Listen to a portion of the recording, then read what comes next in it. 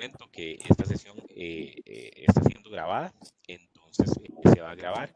Posteriormente la estaremos y también guardar o cerrar sus micrófonos mientras don Rolando esté exponiendo para prestar la mayor atención posible. Eso es todo de mi parte. Les cedo la palabra a don Rolando y de nuevo muchísimas gracias. Muy bien, muchas gracias. Buenos días a todos y a todas. Mi nombre es Rolando Marín, yo trabajo en el Ministerio de Economía ya hace bastante tiempo y actualmente estoy encargado, como lo explicó don David, del Departamento de Empresariedad de la Dirección de Apoyo a la Pequeña y Mediana Empresa. Y bueno, tengo bastante antecedentes en el proceso de la creación de implementación, perdón, de la Ley de Apoyo a la Pequeña y Mediana Empresa y a solicitud del Sistema de Banca para el Desarrollo, pues es un gusto para mí poder estar hoy con ustedes acá explicándoles un poquito sobre el tema de la fórmula y los nuevos parámetros que rigen a partir del mes de agosto, ¿verdad? Para definir el tamaño de la empresa. Saludos a algunos colegas conocidos que veo aquí que están también. Mucho gusto, un placer. Y para los que no me conocen, pues estamos a la orden, ¿verdad? En cualquier instancia.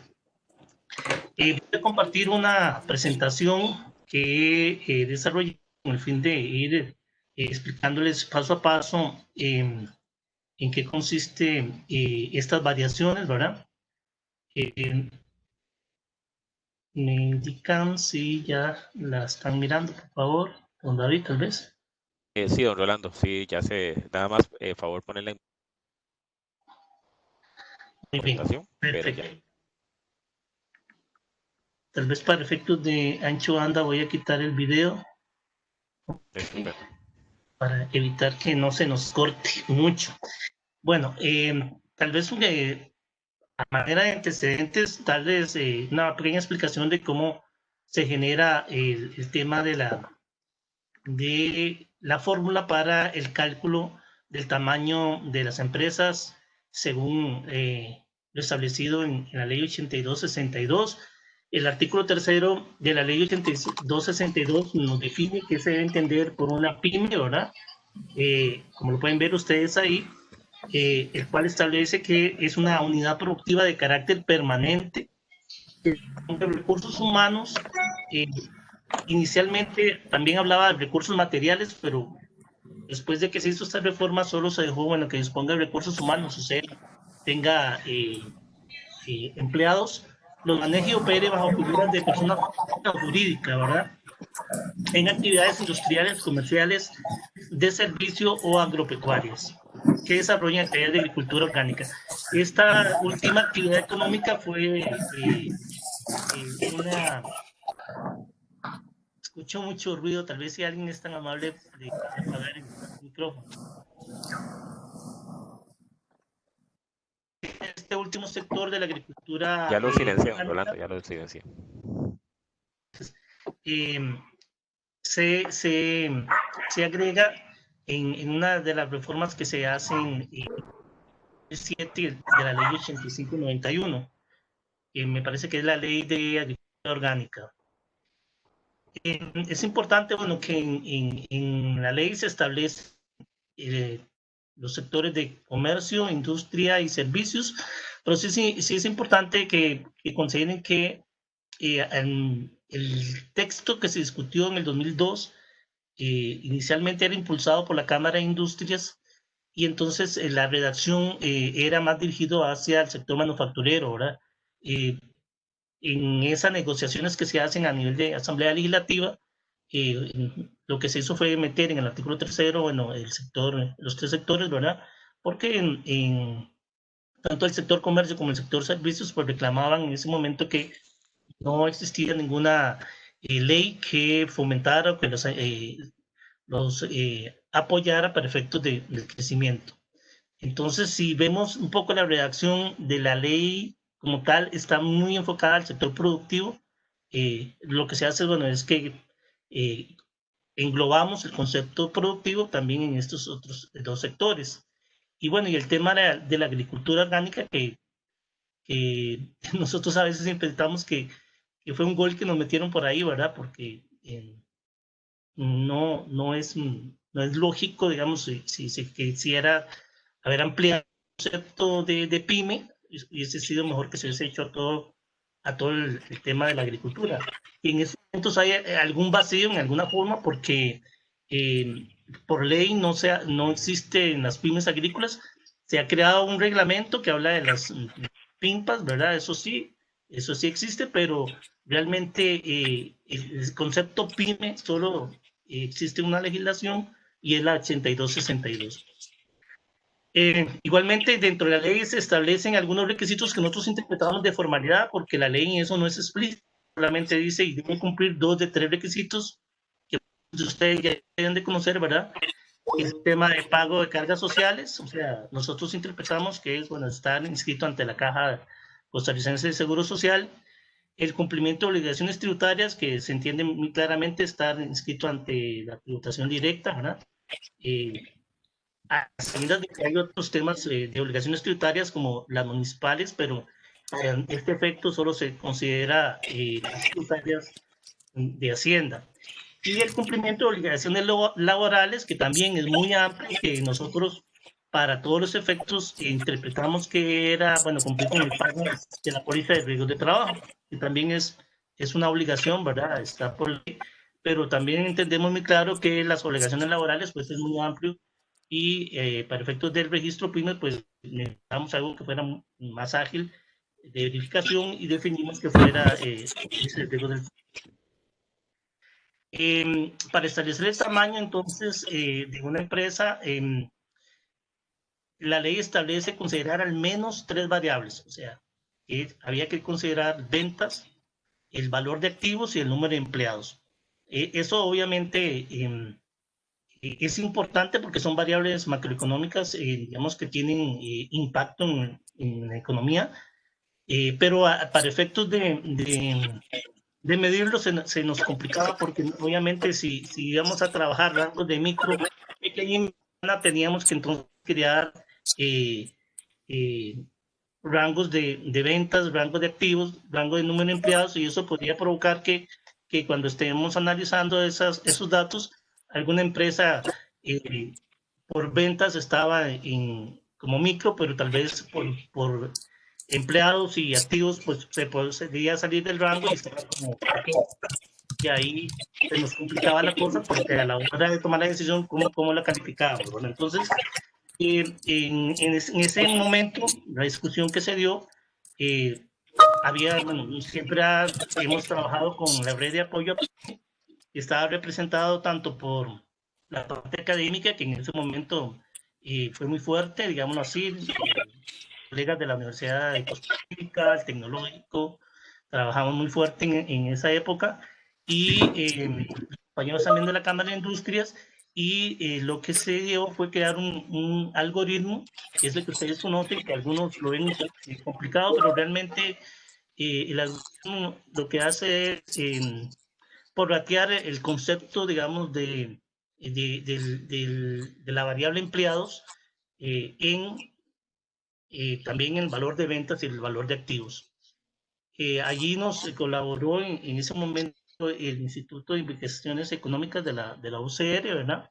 Y pues obtuvimos este algoritmo donde eh, se le da el peso de un 60% o 0.6 en la fórmula, ¿verdad? Para el número de empleados, un 30% para el valor de las ventas y un 10% para el valor de activos. El valor de activos tenemos claro que es una variable contable un poco sucia, ¿verdad? No, sobre todo en las microempresas, no es un dato muy exacto, por eso se consideró que no dar un peso muy alto en ese momento, y igual pues prevalece el concepto, de hecho, eh, cuando hacemos los estudios con estadísticas eh, administrativas que manejan el Banco Central, pues la variable activos, ellos siguen reportándola que no es una variable que aparece en todos los reportes y por ende en muchos casos no se puede aplicar directamente la fórmula porque no existe esa variable, esa información. En ese entonces se consideró, bueno, que hay sectores económicos cuyas barreras de entrada y salida pues es más complejo, ¿verdad? Eso hace que en esa época se decía que había que pues, considerar que en el caso de industria era más complejo y por ende había que tener algunos techos que le favorecieran más para que hubieran más empresas industriales calificadas como pymes, a diferencia de comercio y servicios que posiblemente pues tienen barreras de entrada y salida un poquito menos complicadas y hace que la dinámica sea un poco diferente y se consideraron entonces diferenciar dentro de la fórmula esos valores, ¿verdad? En el caso, bueno, de industria se trabajó siempre con un techo máximo de 100 empleados, ¿verdad? Considerando que para arriba de los 100 empleados ya una empresa podría considerar como grande. En el caso de las ventas se tomaron, estos ya son valores actualizados al año pasado, ¿verdad? Antes de hacer el cambio que se hizo en agosto, en ventas de 1.900 millones en ventas anuales y en activos fijos, porque en el caso de industria se consideraron los activos fijos por 1.190 millones, ¿verdad? De colonias anuales. En el caso de comercio y servicios, que se decidió trabajarlo en conjunto, ¿verdad? El techo de empleados se fijó en 30, que realmente fue muy bajo comparado con el techo de industria, ¿verdad? En el de ventas sí fue más elevado, fueron 3.200 millones. Eh, y en el caso de activos totales, 1.022 millones. Sí quiero aclararles, ¿verdad? Que obviamente estos valores de ventas y activos eh, arrancaron en el 2002, 2003 y se vino actualizando con indicadores, índices económicos, ¿verdad? Con el IPC en su momento y el IPP. Digamos, estos son los valores actuales, ¿verdad? Del 2019, pero arrancamos con valores mucho más bajos. En el 2012, la Cámara de Tecnología e Información CANTIC, ante una solicitud del Consejo Asesor PYME, pues que consulta a las cámaras sobre la fórmula, la conveniencia de la fórmula, y bueno, CANTIC fue la única que pues, defendió la necesidad de que en el caso del sector de ellos, el subsector de ellos, se elevara el techo de empleados a 50 y ellos pues aportaron una serie de información que se analizó y se determinó entonces que se creaba una fórmula para el subsector de tecnologías de información, subiendo empleados a 50 y manteniendo los valores de venta y activos totales iguales a las de comercio y servicios. Luego, también con el tema de la inclusión de la agricultura orgánica, se estableció valores diferenciados para este subsector, con empleados, techo empleados de 30 y con unos valores de venta y activos fijos ya diferentes a los de los otros sectores, ¿verdad? Eso ya fue una decisión que se hizo con el MAC, que es en este caso el que rige el tema agrícola. De esta manera, bueno, entonces así nos quedan las diferentes fórmulas. Digamos, estas son las fórmulas que arrancamos el 2004, 3, ¿verdad? Las del sector industrial, sector comercio y servicios. Dos, luego en el 2012 se agrega la del subsector de tecnologías de información y recientemente en el 2000, me parece, 12-14, se genera el de agricultura orgánica. Como lo ven, bueno, al final todos mantienen el peso del punto 6, ¿verdad? Excepción de agricultura orgánica, que se consideró un 50% el peso en el valor de empleados, y en los demás casos el valor de peso de ventas siguió siendo el punto 3 o el 30%. como ven en la fórmula, entonces al final lo que se prorratea es el número de empleados con el techo que se fija, el número el valor de ventas con el techo que se fija y el valor de activos fijos en el caso de industria y el valor de activos totales en el caso de comercio y servicios.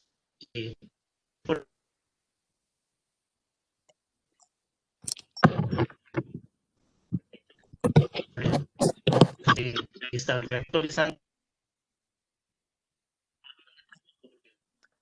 Entonces llegamos a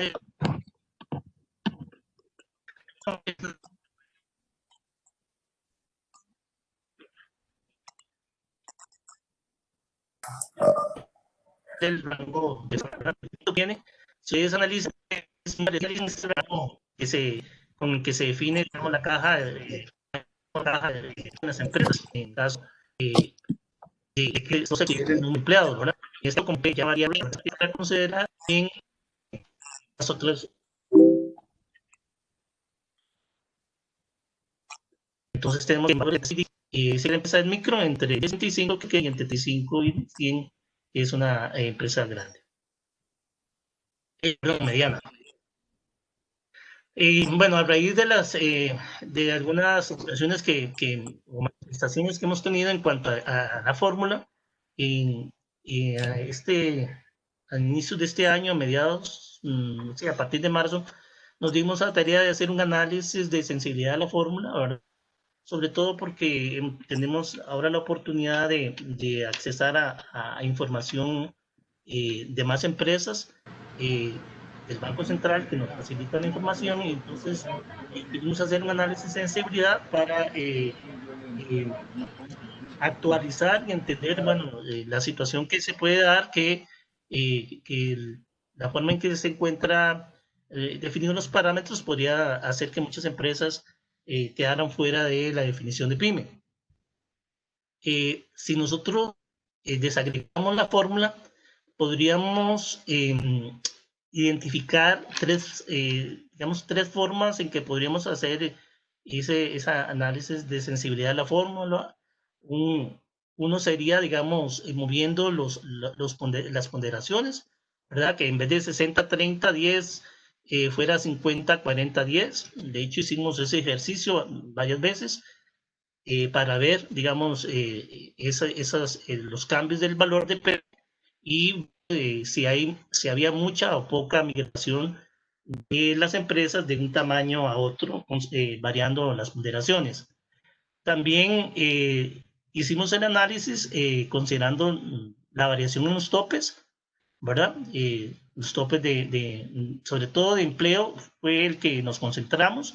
No trabajamos inicialmente los topes de ventas y de activos, sino más que todo el de empleos, porque siendo la variable ponderada más alta, ¿verdad? El 60%, pues entonces el tope resulta ser muy sensible. Hicimos ahí entonces varios escenarios, ¿verdad?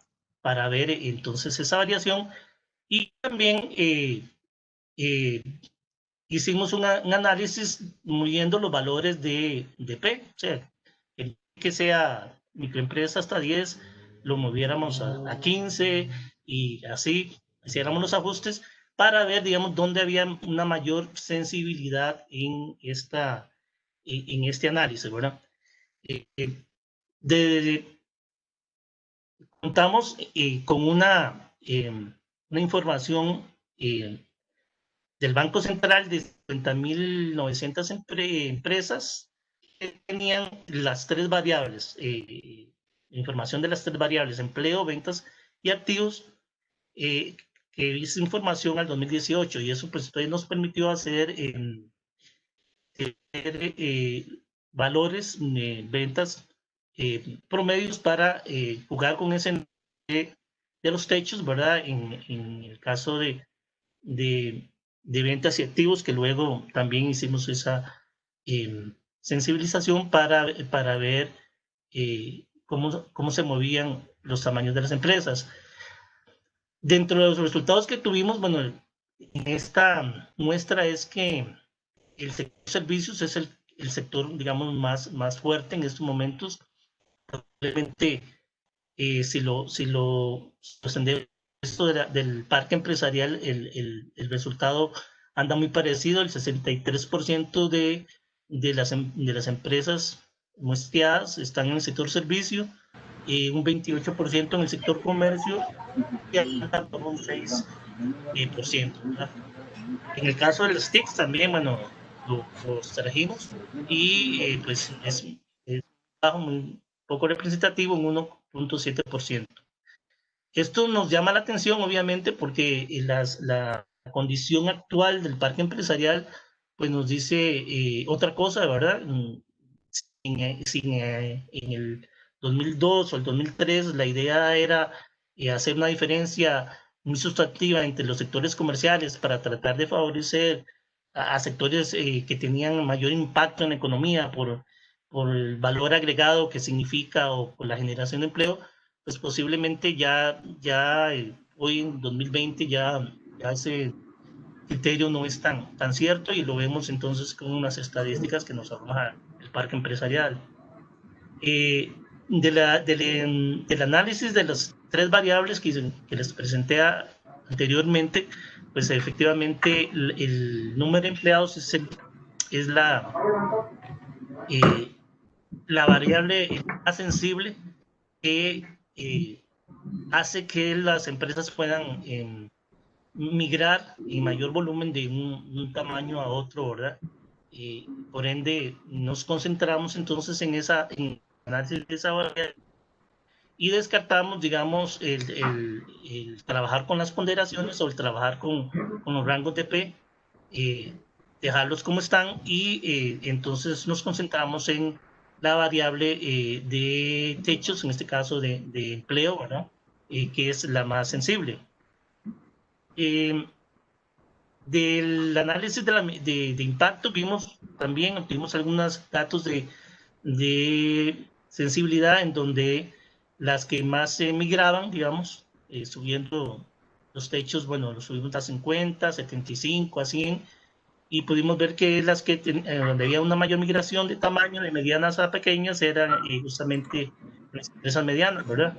Y de pequeñas a micro, en el caso eran de las pequeñas empresas que pasaban a micro, en esos porcentajes que les presento allí. Esto para el escenario de 100 empleados. 100 empleados. Aprovechamos entonces, de hecho, bueno, eso se llevó al Consejo Asesor y se les planteó subir el techo a comercio y servicios en empleados en 50 inicialmente, ¿verdad? Se aprobó, sin embargo, a raíz de que con todo este tema de la pandemia y de la necesidad de la reactivación económica, pues hubieron sectores que estuvieron no presionando, sino pues indicando la necesidad de que esos techos fueran mayores para favorecer que más empresas pudieran verse de alguna manera favorecidas con los programas que hay en fortalecimiento a las pymes, ¿verdad? Y quisimos hacer un análisis de los valores monetarios ya. Sí, señor. Sí, estoy oyendo.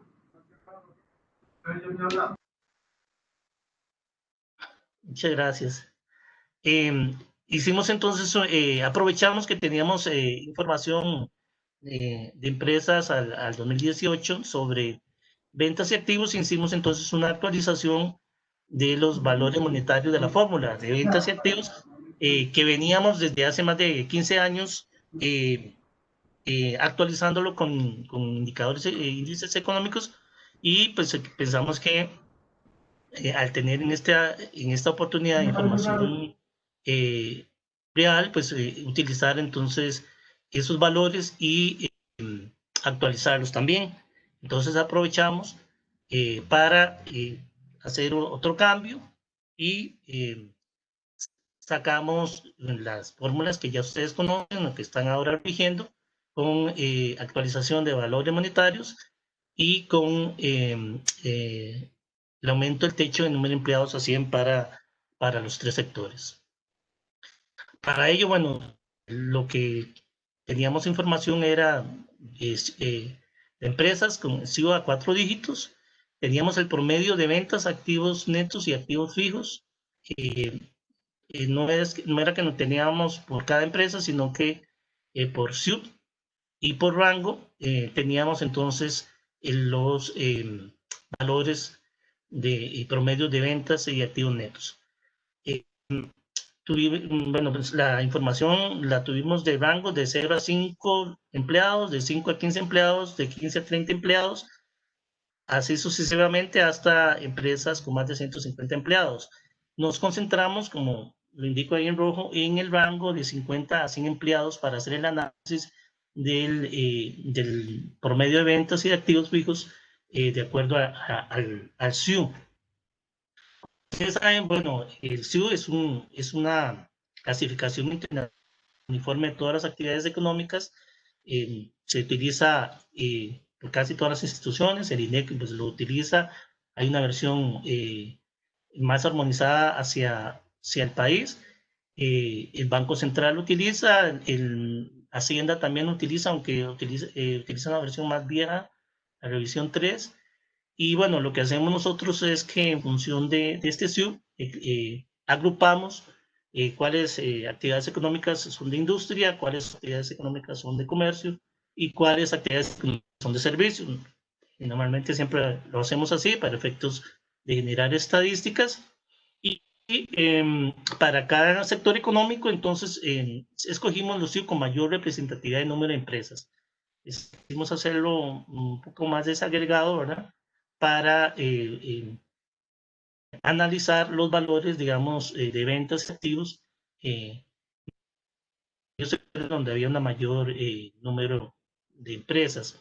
Y entonces se hizo ahí un análisis un poco estadístico, se calculó la mediana de valores de ventas y activos, y de ahí pues se obtuvieron entonces los valores que se les ha presentado ya oficialmente, que bueno, aquí se lo resumo en esta tabla, en donde podemos analizar cuál era la situación antes y cuál es la situación actual, recomendada en ese momento, pero que ya ahora es oficial.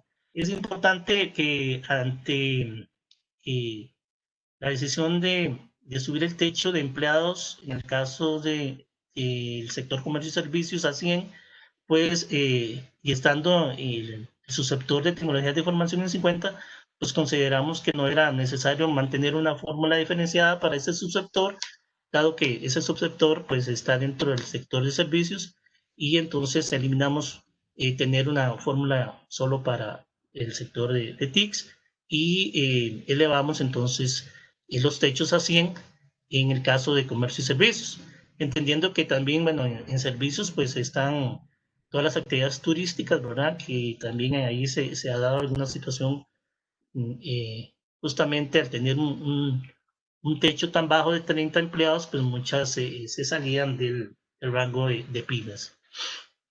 En el caso de industria, pues se mantuvo, ¿verdad? El techo. Sí, en el análisis que hicimos de ventas, sí vimos que el valor prorrateado, el valor indexado que veníamos trabajando, pues está muy por debajo de la media que vimos en estos datos reales de empresas. Entonces se decidió subir ese techo a 3.500 millones de colones anuales, ¿verdad? Para el caso de industrias, y igualmente para el caso de activos. Bueno, este aumento en el caso de industrias sí es bastante significativo, es un poquito más del 80%. Y en el caso de comercio y servicios, digamos, el valor más significativo fue entonces el subir el techo a empleados a 100, y en el caso de ventas, pues sí, subió unos 250 millones más. En el caso de activos sí subió pues bastante, unos 1.000 millones más. Estos datos, como les digo, fueron analizados de las estadísticas de la muestra de las 50.000 empresas, digámoslo así, y de valores reales. Por eso lo que quisimos fue hacer eso, ¿verdad? Porque igual en el 2002, 2003, pues se arrancaron con valores reales de estadísticas de empresas que se tenían en esa época para crear esos techos máximos. Esto lo resumimos en dos normativas recientemente publicadas. Una fue el decreto 42.511, que, bueno, corregía por un lado el término de la ampliación que se dio a las pymes para la renovación del registro PYME, ahora que se extendió 9 meses, se corrió 9 meses para que en esta época de pandemia, pues los empresarios no tuvieran que estar pendientes de que se les venciera el registro PYME.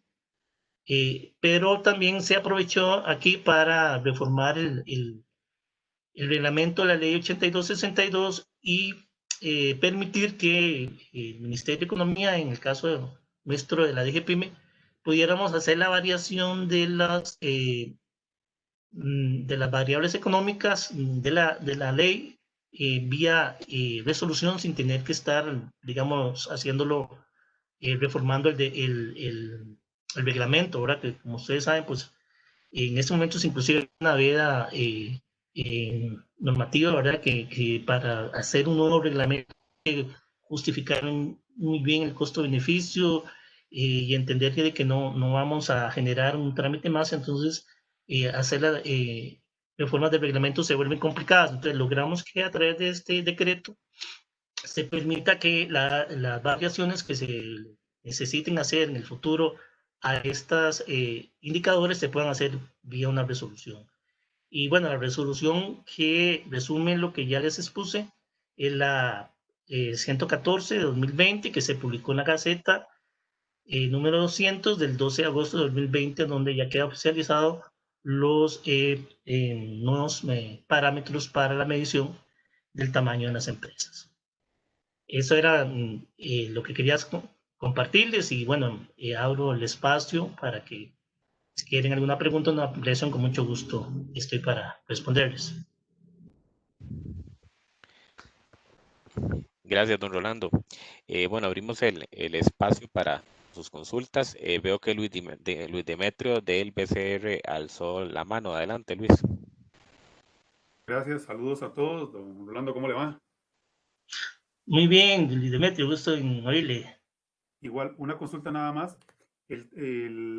Los puntajes de tamaño de la pyme pequeña y mediana, eso se mantiene entonces. Sí, eso se mantiene. En el Listo. análisis, como les decía, realmente no es significativo mover esos valores de P. ¿Alguna otra consulta? Buenas, les habla Jimena Lacayo de Bactreomatic. ¿Cómo le va, don Rolando? Bien, usted, doña Jimena. Muy bien, gracias a Dios. Alegra. Don Rolando, muchas gracias por la valiosa información. Definitivamente, pues todo este cambio normativo nos va a ayudar mucho a impulsar todavía más empresas de todos los sectores y estamos muy contentos de que el MEIC esté impulsando pues todas estas modificaciones. Mi pregunta no va relacionado directamente con el tema de la variación en la fórmula, pero sí un tema de fondo que tiene que ver con los sectores. Y siempre pues hemos tratado como en back de velar, ¿verdad? Por el correcto funcionamiento y aplicación de la fórmula. Y es, por ejemplo, cuando una pyme tiene como una combinación en su actividad económica, llámese que parte de su actividad es agrícola y parte es industrial, o parte es agrícola y después transportan ese bien, ¿verdad? Y lo comercializan. Eh, entonces era como abrir el foro para tal vez poder discutir cómo hacer con la fórmula o cómo aplicar la fórmula correctamente cuando existe esa convivencia de dos sectores distintos. Bueno, aquí sí tenemos que tener claro, ¿verdad? De que un ex ministro decía que del portón para afuera podíamos ya considerar las empresas de rectoría MEI. Con el Ministerio de Agricultura pues se ha trabajado para que de alguna manera, aunque no exista por ley las pymes agrícolas, o sea, que no se consideró, no era la visión en aquel momento, digámoslo así, pero al menos vía reglamento sí se pudiera considerar el concepto de PIMPA, ¿verdad? O pyme agrícola, en el sentido de que pudieran considerar las mismas variables. Lamentablemente no es así, digamos, en el caso del MAC, las PIMPAs se registran con otras variables, ¿verdad? Más que todo el tamaño, en función de las tierras, inclusive, ¿verdad? De la cantidad de tierra que tengan. En mi criterio personal, digamos, para mí, tanto tiene que ser es un empresario exitoso, un agrícola como un comercial, un industrial, y para efectos económicos deberíamos de tener las mismas variables, ¿verdad? Ventas, activos, empleo, ¿verdad? Porque son las variables macroeconómicas que impactan en la economía y que tienen los resultados que necesitamos la sociedad. Sin embargo, no es así. Lo que nosotros hemos determinado es, bueno, cuando hay dos actividades, una que es primaria y otra secundaria, obviamente pues prevalece aquella actividad donde exista, digamos, mayor flujo económico. Si es una actividad como la que usted indica, que la persona cosecha el producto, pero a la vez tiene una tienda y lo comercializa, nos pasa mucho con el caso de los viveros, ¿verdad? Que en muchos casos, bueno, el vivero ya para nosotros es comercio, ¿verdad? Pero igual mucha actividad puede ser desarrollada en una finca, la persona es una actividad, digamos, agrícola para la reproducción de diferentes plantas, ¿verdad? Pero al final la actividad económica la realiza en una región urbana, hay un vivero y ahí lo que realiza es el comercio. Entonces, ahí pues se considera entonces la actividad comercial, que posiblemente la que económicamente le genera más, ¿verdad? Porque obviamente vender ya directamente al consumidor, o sea, a cualquier productor, pues le favorece más porque obtiene un mejor ingreso. Entonces, por ahí es donde nosotros, digamos, hemos entrado muchas veces. Yo no sé, Jimena, si ese es el caso o tal vez no te entendí la situación que ustedes han... Sí, muchas gracias, don Rolando. Me queda clarísimo el tema de valorar, ¿verdad? La actividad primaria y ver a nivel de ingresos cuál es la actividad que prevalece. Así Ok, lo hemos venido haciendo y nada más quería como, ver su opinión y conocer también cómo ustedes lo ven en el lado del MEC. Muchas gracias. con mucho gusto. Adolfo del BAC, muchísimas gracias por la presentación. Me uno a las palabras de Jimena y estoy seguro que todos estamos muy agradecidos con todo el origen técnico, porque uno no conocía de dónde había venido todo esto y la verdad es que saber que ustedes habían hecho un promedio entre más de 50.000 empresas le da a uno mucho más claridad del origen técnico y estadístico de la fórmula. Mi consulta va tal vez para el tema de grupo de interés económico, un poquito relacionado con lo que preguntó Jimena. Todos los compañeros de otros bancos sabemos que hay veces que una persona tiene 4 restaurantes o 3 sodas o 5 puestos de pollos o tiene negocios alternos, tiene una gasolinera, un hotel y una venta de equipo tecnológico y una finca. Entonces, ¿cómo están ustedes catalogando eso? Porque yo he visto muchas empresas que llegan a pedir crédito, por supuesto que Banca para el Desarrollo tiene las tasas más bajas del mercado y me dicen, yo tengo la certificación PYME, pero cuando yo le hago la malla societaria, le veo que tiene participación, en las que tiene participación de más de un 15%, ya vemos que por grupo no califica. Entonces, ¿ustedes tienen allá alguna definición específica o el grupo de interés económico de alguna forma? Dice que es 1520 1359. Perdón, es que se oye mucha interferencia. No sé si alguien tan amable cerrar el micrófono. Sí, bueno, en ese tema, don Adolfo, nosotros tuvimos un avance en la administración me parece que del 2006 al 2012 logramos a nivel del reglamento poner una cláusula en el reglamento que nos permitiera por lo menos, como es una declaración jurada, obligar al empresario a decirnos que no pertenecía a un grupo de interés económico.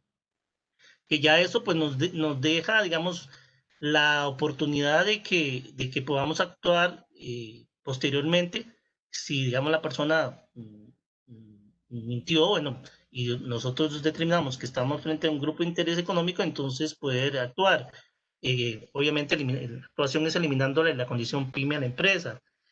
Habíamos establecido en el reglamento que en el caso de las personalidades jurídicas, ¿verdad? Porque en los casos de las físicas, pues usted no puede tener más de una empresa registrada ante tributación, o sea, con su cédula usted solo puede tener una empresa registrada ante tributación. En las jurídicas, pues ahí sí, ¿verdad? Porque entonces usted puede ser representante legal de muchas empresas. Lo que habíamos definido que para el caso de las jurídicas era que si el capital accionario de la compañía pertenecía en más de un 25% a una empresa grande, pues obviamente esta empresa no se le consideraba como pyme y se definía que formaba parte de un grupo de interés económico. Sin embargo, en la reforma que se hace en el 2015, en la administración pasada, eso se eliminó, ¿verdad? Entonces, ahí nos dejó un vacío en cuanto a los grupos de interés económico, porque no tenemos la normativa que nos permita regularla, ¿verdad? En ese sentido, sí, digamos, estamos claros de la necesidad, sobre todo en el tema de compras públicas, ¿verdad? Que allí se nos generó inclusive en el pasado situaciones un poco complejas, porque cuando quisimos coordinar con algunas instituciones y que algunas licitaciones se orientaran a microempresas, pues nos apareció una gran empresa ahí registrándonos dos compañías que realmente formaban parte de una gran empresa, y eso nos generó una distorsión a la hora de aplicar, digamos, el beneficio hacia las pymes en las licitaciones. Entonces ahí sí creo que todavía tenemos ese vacío a nivel, por lo menos, de la ley 8262. A nivel de la ley de la competencia, pues sí, ya está identificado todo el tema de corrupción y de grupos de interés económico, inclusive está normado, ¿verdad?, en caso de compras públicas, pero al nivel nuestro se ha sido un poco complejo, sobre todo porque si quisiéramos hacer el registro PYME lo más ágil posible, eso pues obviamente en el caso de las personalidades jurídicas, hacer un análisis de la composición accionaria, pues sí se complica. Entonces ya ahí el tiempo de registrar una pyme en 3 días ya ahí difícilmente se cumpliría. Hemos estado en el Banco Central, porque el Banco Central sí este concepto lo manejan, y de hecho ellos hacen ejercicios para identificar grupos de interés económico, y lo que, bueno, nosotros pensamos es que en una futura reforma reglamentaria y en un acuerdo podamos, digamos, utilizar el concepto de grupos de interés económico que ellos utilizan y poder entonces identificar cuando estamos frente a ellos. Muchas gracias por la respuesta. Con mucho gusto, Adolfo.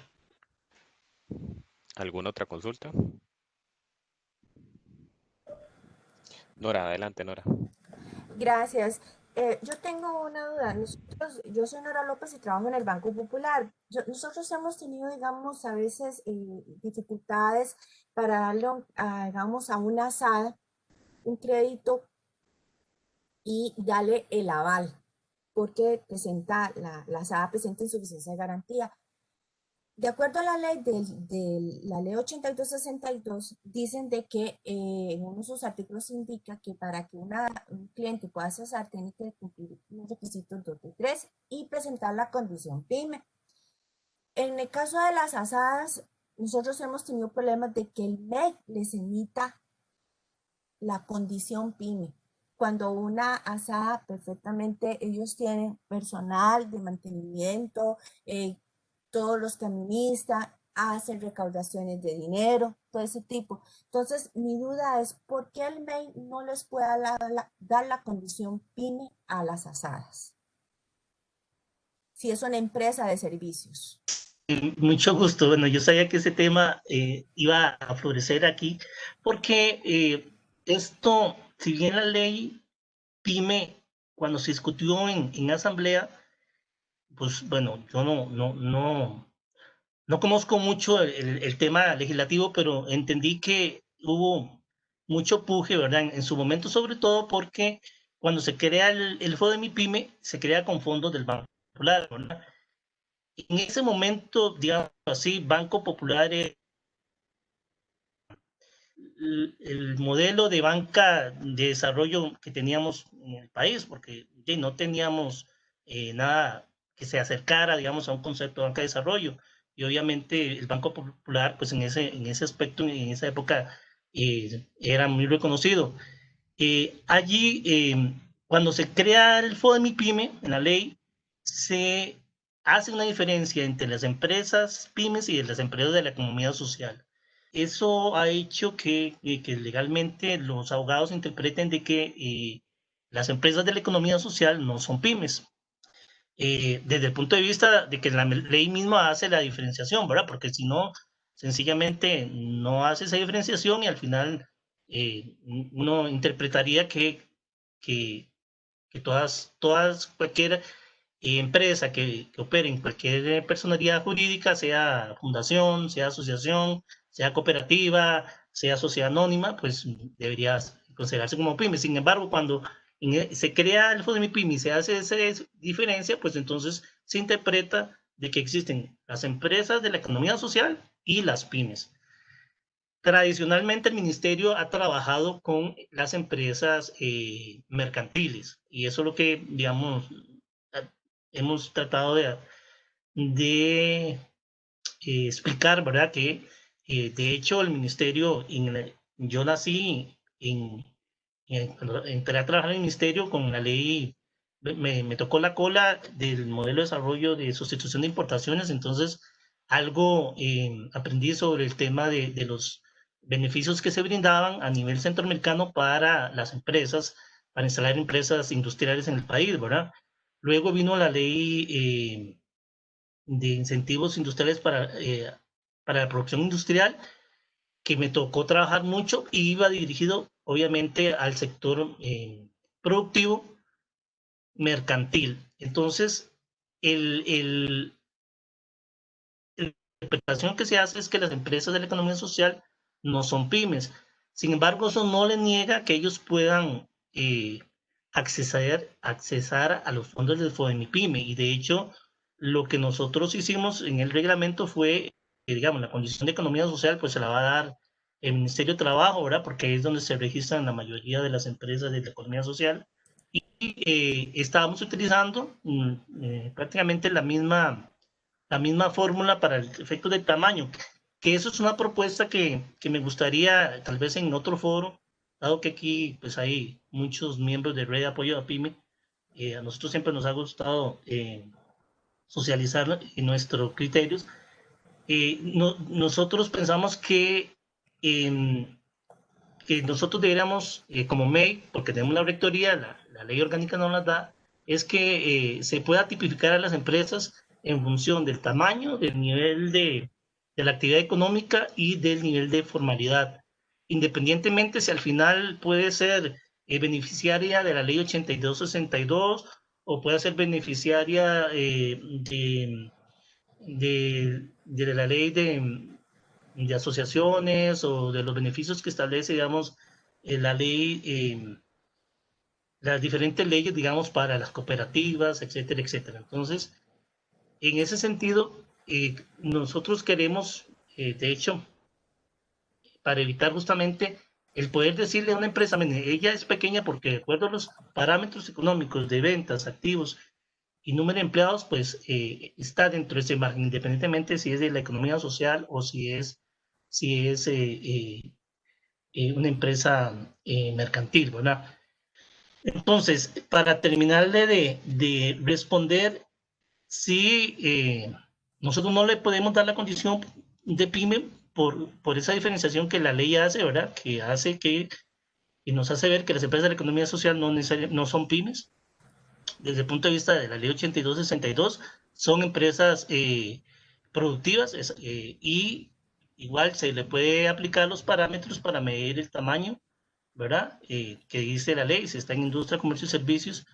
Y ustedes perfectamente no tienen por qué tener ninguna restricción de darles el aval, digamos, sobre todo con el FODEMIPYME, porque la ley así lo establece. Yo quisiera agregar otra cosa. Me llama mucho la atención que usted ya menciona de que el Ministerio de Trabajo tiene que darlo de la condición prima a las organizaciones sociales, ¿verdad? Si lo vemos desde ese punto de vista, la SAA queda totalmente desamparada, porque ni por medio del MEI, demostrando que, digamos, tienen un negocio, digamos, que prestan un servicio a la comunidad, no tienen la condición prima, pero también el otro ministerio tampoco se la da. Entonces, ahí veo que las organizaciones sociales, porque yo les he preguntado también a los personeros a que está liderando lo de FODEMIPYME, porque digamos, ahorita yo estoy hablando como Banco Popular, como un operador, ¿verdad? No como que manejo el fondo de FODEMIPYME, porque es otra área la que maneja el FODEMIPYME, ¿verdad? Pero sí tengo que queda ese cliente desamparado, porque ni logra obtener la condición PYME por el ministerio, ni tampoco por el MEI. Entonces, ¿qué hago? No, lo que nosotros sí definimos fue que, digamos, yo sé que es burocracia, pero bueno, es un país de derecho y a veces pues no nos queda otra, ¿verdad? Pero sí habíamos quedado que nosotros podíamos darle la condición de, o sea, que el Ministerio de Trabajo es el que les tiende la certificación de que es de la economía social, ¿verdad? Porque ellos ahí es donde se registran normalmente y que nosotros le damos una certificación de que del tamaño de la empresa, de la economía social. En eso sí habíamos acordado que se podía hacer. No la condición PYME como tal, porque por eso mismo, porque de alguna manera la misma ley nos hace ver que las empresas de la economía social no son pymes. No sé si eso suena excluyente, la verdad es que no. Lo que sucede es que para efecto de los beneficios de la ley, eh, y lo pueden ver ustedes en la ley de las finanzas públicas, ¿verdad? Se hace una gran diferencia cuando se habla de cooperativas, ¿verdad? Donde inclusive se les dio algunas exoneraciones a las asociaciones, ¿verdad? Y se hace una gran diferencia cuando son empresas mercantiles donde lo que se logró, por lo menos en esa ley, fue que el IVA en los alquileres de las micro fuera menor o no se pagara, ¿verdad? Pero definitivamente sí existe una diferencia en el trato normativo a empresas mercantiles y a empresas de la economía social. Lo que tal vez debemos de trabajar es, para tener claro, es que no tienen por qué quedar fuera de un proceso de... Nos interesa para efectos de impacto económico de que tanto empresas mercantiles como empresas de la economía social crezcan, porque en la medida en que crecen generen impacto económico. Lo que debemos diferenciar posiblemente es el beneficio que en el caso del FODEMIPYME están incluidas, ¿verdad? Pueden accesar y el acompañamiento que se les dé con el INA o alguna otra institución del ecosistema empresarial no las excluye para nada las excluye y vamos a campo, pues nosotros trabajamos con todos. O sea, cuando estamos trabajando procesos de formación, de capacitación, encadenamientos, pues se trabaja con todos, ¿verdad? Independientemente de si está bajo el régimen de cooperativa o bajo una asociación o bien es una sociedad anónima o una persona física. Es por ahí donde podríamos ir, pero con gusto. Yo trabajo mucho con don Mauricio, de hecho, y podríamos, porque en este momento estamos sacando ya el reglamento del FODEMIPYME, que nos ha costado mucho por este tema de la veda normativa, ¿verdad? y ahí van algunos ajustes justamente en ese sentido también. Tal vez Adelante, don para los Handel. compañeros, perdón, don Rolando y los compañeros, quizás acá también recordemos que en la ley del sistema de banca para el desarrollo tenemos los sectores denominados sectores prioritarios y dentro de estos están asociaciones, cooperativas, etcétera. Entonces, yo creería que tal vez podríamos hacer alguna solicitud a nuestra área legal también y complementarlo con lo que don Rolando nos acaba de decir para tal vez hacer un comunicado o una circular que nos permita tener más claro el tema del tratamiento que le debemos de dar a estas organizaciones y me comprometo a llevarlo a la dirección para que se trate de esa forma, si les parece.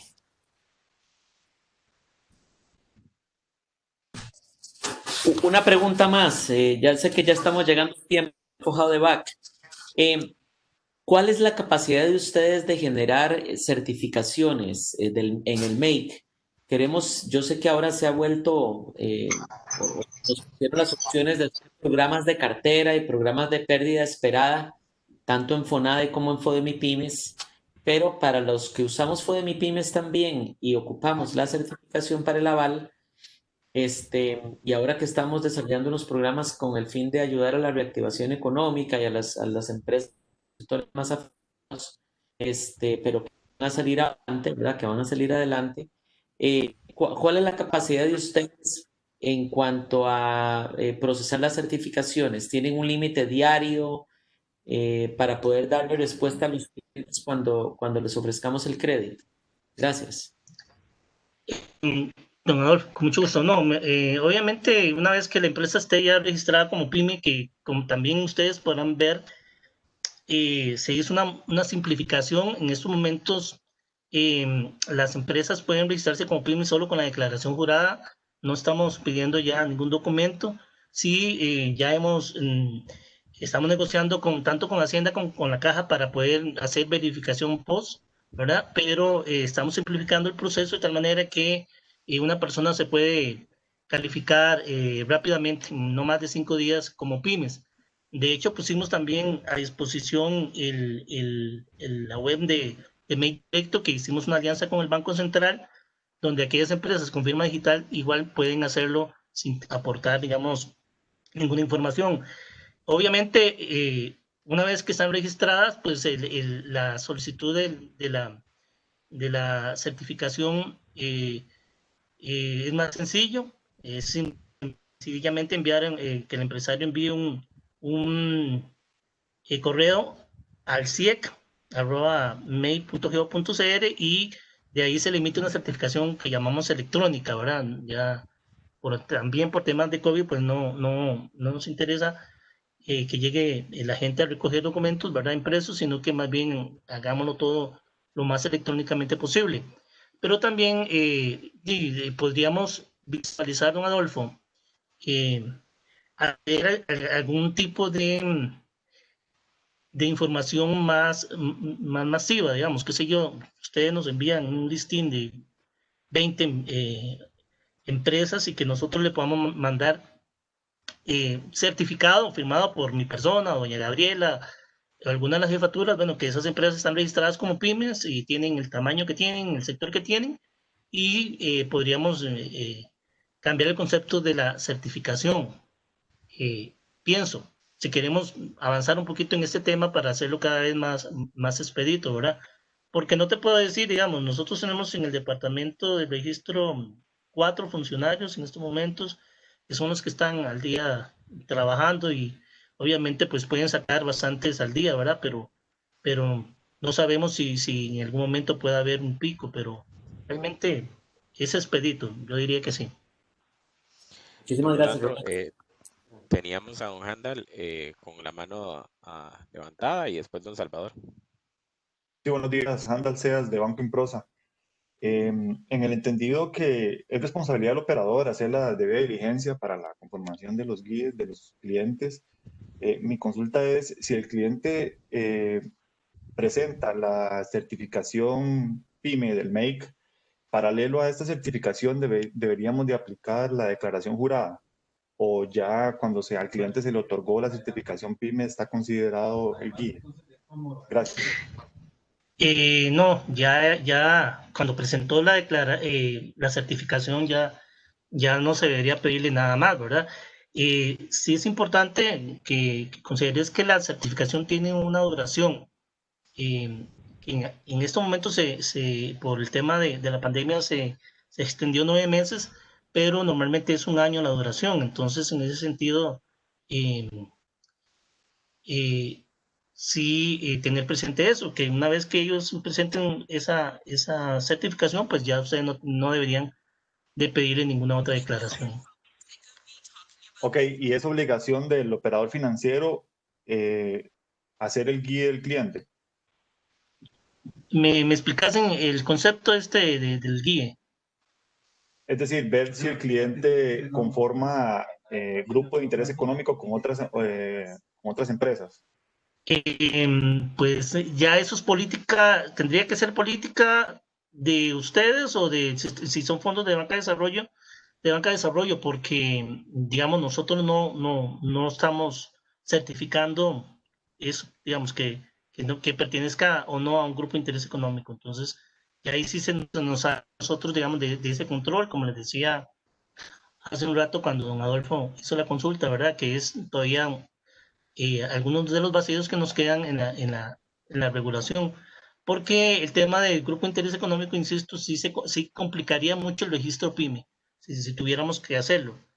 En la declaración jurada de la PYME se preguntaba efectivamente eso, si su capital pertenecía, en el caso de la jurídica, ¿verdad?, un 25% más a una empresa grande. Pero bueno, es una declaración jurada. El verificar eso sí es bastante complejo porque hay que meterse a revisar todo lo que son las personalidades jurídicas para conocer composición accionaria, ¿verdad? Entonces sí es muy complejo. Don Salvador, adelante. Buenos días, no sé si me escuchan por ahí. Sí, correcto, sí se escucha. Buenos días, mi nombre es Salvador Rivera y también soy funcionaria del Banco Popular. Un poco voy a tal vez regresarme un poquito a la consulta que hacía la compañera Nora López sobre el tema de las asadas y también viendo un poco el comentario que hacía Janet Fonseca. En el caso de FODEMIPYME, me entiendo que el comentario de Janet es un poco para cuál sería el aporte del sistema de banca para el desarrollo. En el caso del Banco Popular, a nivel de FODEMIPYME, ahí hay una confusión desde mi punto de vista, porque yo soy funcionaria de FODEMIPYME y conozco un poquito la normativa. Cuando nosotros financiábamos tanto nivel de crédito que le dábamos a las asadas con recursos de FODEMIPYME como con recursos del Banco Popular, y también nosotros lo sustentamos en la misma ley que lo establece, porque la ley en su artículo, en el capítulo 3, en el artículo 8, establece que se crea FODEMIPYME para fortalecer a las micros, pequeñas y medianas empresas y empresas de la economía social. Había quedado un vacío, si no me equivoco, de que quién daba efectivamente la condición PYME a las empresas de la economía social. Y de ahí es donde el decreto, que no sé si lo habrán variado, 39089, que era el Ministerio de Trabajo el que decía que una empresa de la economía social, o acreditaba que una empresa era de la economía social, y con ese documento, con esa acreditación, el Ministerio de Economía emitía la condición PYME, y de un momento a otro las asadas quedan fuera de eso, a pesar de que son empresas de la economía social, porque como bien lo dice la ley, en el artículo 8 dice que es para fomentar el desarrollo y de empresas generadoras de puestos de trabajo. Y como bien lo dice la compañera Nora, las asadas tienen activos, tienen ingresos, tienen y también son generadoras de trabajo porque tienen empleados, ¿verdad?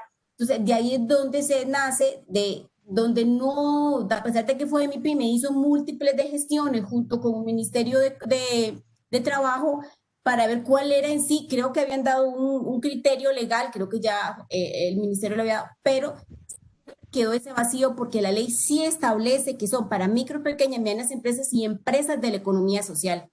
Entonces ahí sí apoyo el comentario de la compañera Nora de que sigue habiendo ese vacío, de que en su momento sí se dio la condición PYME, y si el Ministerio de Economía no otorga la condición PYME, FODEMIPYME no puede apoyar a ninguna asada, porque uno de los requisitos que establecen los lineamientos del Ministerio de Economía es que tiene que tener 2 de 3 la condición PYME o PIMPA, porque es cuando son el tema de agricultura. Pero si no tiene asada la condición PYME, FODEMIPYME no puede ser sujeta ni de avales, ni de crédito, ni de servicios de desarrollo empresarial. Ahí se está limitando totalmente, a las asadas se les está excluyendo. Entonces, ese era como mi aporte en el tema de las asadas. Muchas gracias.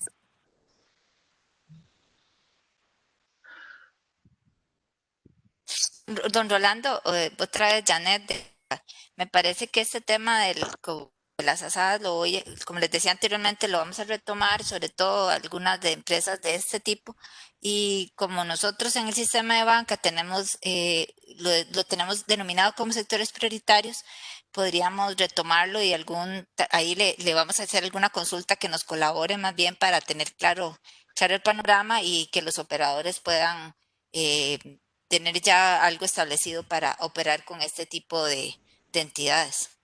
Sí, no, con gusto. Más bien, yo es que no soy del departamento de registro, entonces no le llevo mucho el hilo al tema, pero sí me parece que se había establecido de que el MEI, digámoslo así, por ley orgánica, sí puede darle establecer el tamaño de una empresa independientemente del régimen al que pertenezca, ¿verdad? Dígase, si está bajo una cooperativa, bajo una asociación, o sea, la ley orgánica le permite al MEI poder decir, bueno, ella es pequeña, mediana, grande.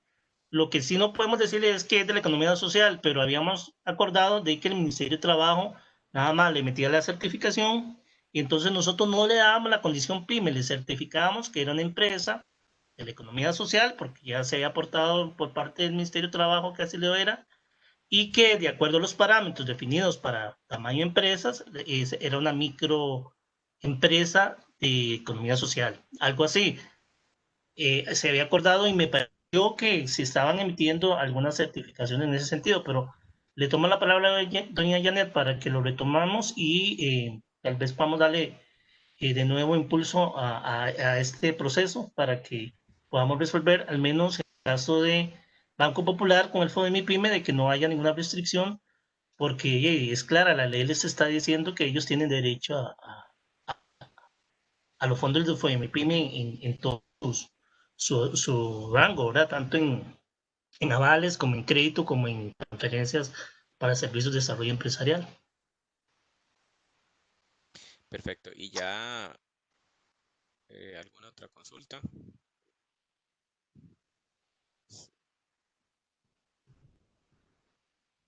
Bueno, si no hay ninguna otra consulta, entonces le agradecemos nuevamente a Rolando Marín por esta charla, este conversatorio que tuvimos el día de hoy, organizado por el Sistema de Banca para el Desarrollo, con el apoyo de él, del Ministerio de Economía, Industria y Comercio, también a doña Janet, que estuvo por allí y que también ha dado respuesta a algunas de las consultas. Les agradecemos de nuevo de parte del Sistema de Banca para el Desarrollo su presencia y esta sesión se grabó, entonces la estaremos compartiendo vía correo electrónico con todos ustedes.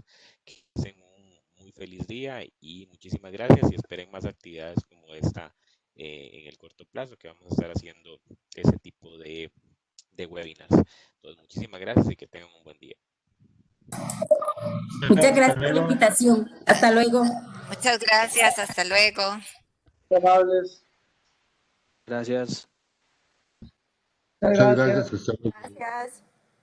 No, vale. Muchas gracias, Rolando.